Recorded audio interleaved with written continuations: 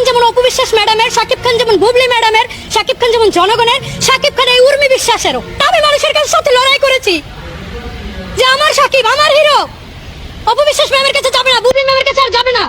সে তার কাজের মাধ্যমে